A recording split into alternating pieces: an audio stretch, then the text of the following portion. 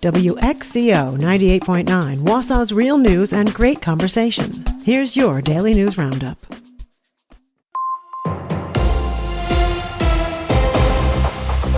For WXCO News, I'm Isabella Nieto. The Marathon County Sheriff's Office is in hot water over their cooperation with ICE. They're being sued by the ACLU of Wisconsin for complying with requests from immigration officials to hold people longer than they should, so ICE can come and deport them. Those requests are called ICE detainers, and they allow sheriffs to detain people for an extra 48 hours. Being unlawfully present in the United States is not a crime.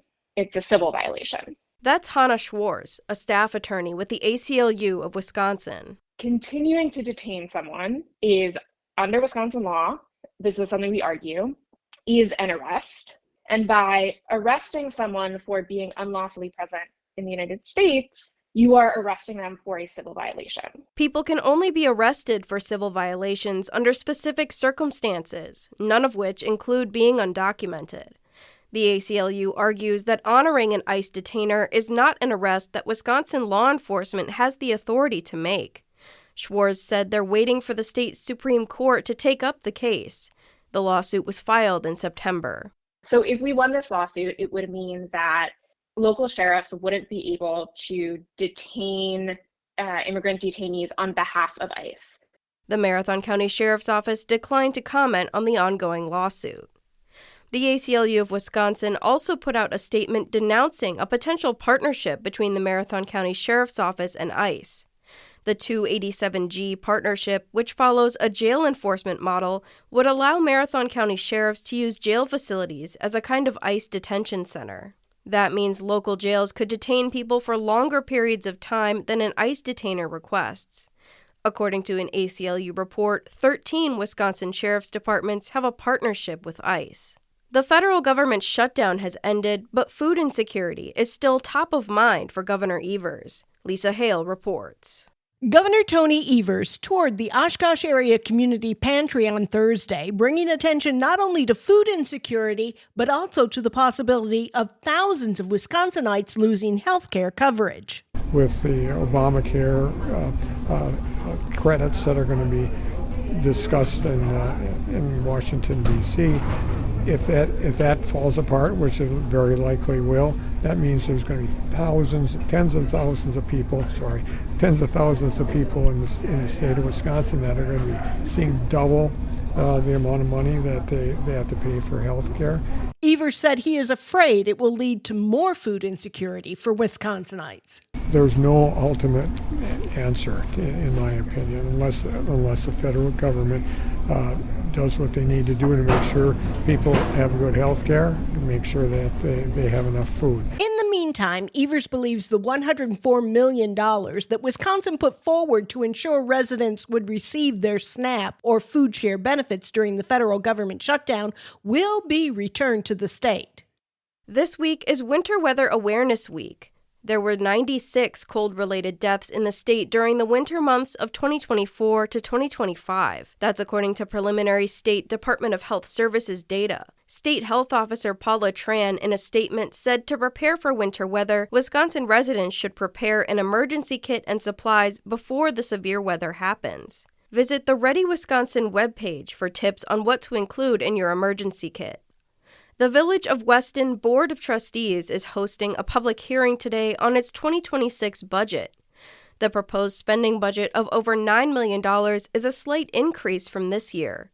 The largest increase is in public safety, with nearly $300,000. Taxes will slightly decrease, roughly 29 cents. However, the budget includes a fee increase for refuse and recycling from $167 to just over $200. The meeting begins at 6 p.m. at the Weston Municipal Center boardroom. The United Way of Marathon County is accepting donations of baking supplies for their Uniting for the Holidays baking supply drive.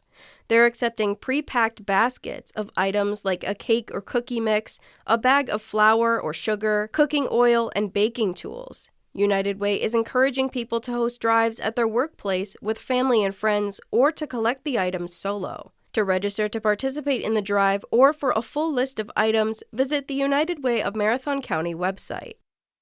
Lawmakers at the state capitol are proposing a bill that would incentivize school district consolidation. The bill would increase consolidation aid for the first year. Currently, consolidating school districts are eligible to receive $150 per pupil for the first 5 years. The new bill would increase the amount of aid in the first year to $2,000 per student, and the other 6 years of eligible aid would be the same as they are now. Currently, schools receive 50% of the previous year's amount in year 6, and 25% of the amount of aid they got in the 5th year in year 7. The Wausau School District this year consolidated its 13 elementary schools to 9 by closing and selling Hawthorne Hills, Hewitt, Texas, and Grant Elementaries and renovating Lincoln Elementary. I'm Isabella Nieto for WXCO News.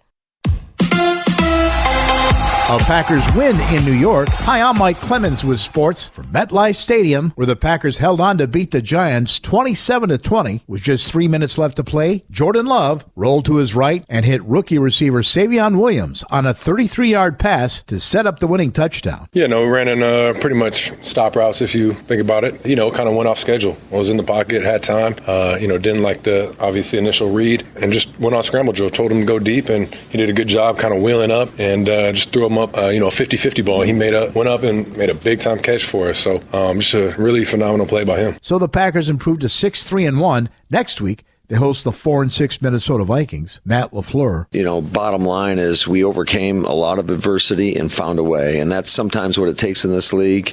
And so we'll celebrate it tonight and move on to the Vikings tomorrow. NBA, the Bucks in Cleveland to take on the Cavaliers. With sports, I'm Mike Clemens. It is going to be mostly sunny today with a high right around 44 this afternoon. Tonight, a little bit of rain and light snow. We are going to drop down into the 20s for a low. Snow amounts will be light. And then tomorrow, a little snow in the morning.